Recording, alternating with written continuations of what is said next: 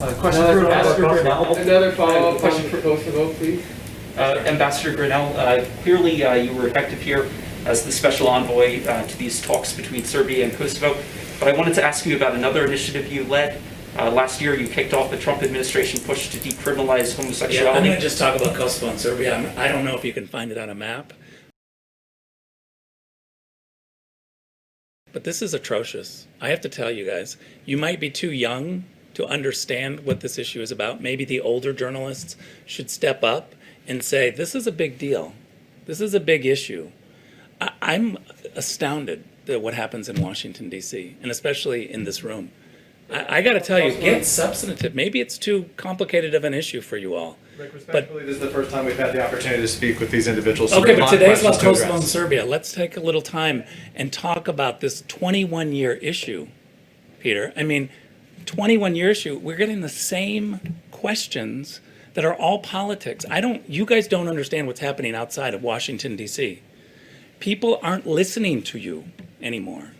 It's really a crisis in journalism. And I think it's because people are too young to understand issues like Kosovo and Serbia.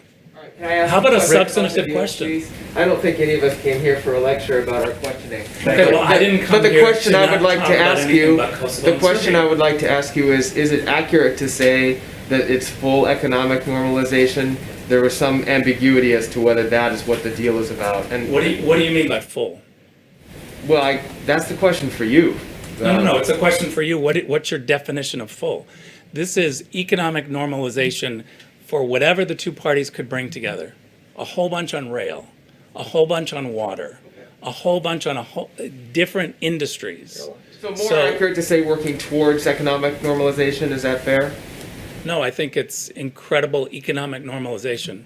Air, rail, motor, opening borders, a whole bunch of industries. So again, I don't know what's missing, and I defer to you to say what's outside of economic normalization that's not included here. You tell me. I'm genuinely asking so that we can write our stories accurately. Yeah. Do we say that they have achieved an economic normalization deal? What's changed from a few months ago when they pulled down the tariffs to today? What is the substantive difference? Have you read the agreement? You haven't put the agreement out. It's out. A whole bunch has changed since the dropping of the tariffs.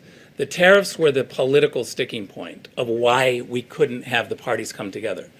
The Serb side was not going to even start negotiations when there's a 100% tariff from the Kosovars. So what's the substantive thing that changed today?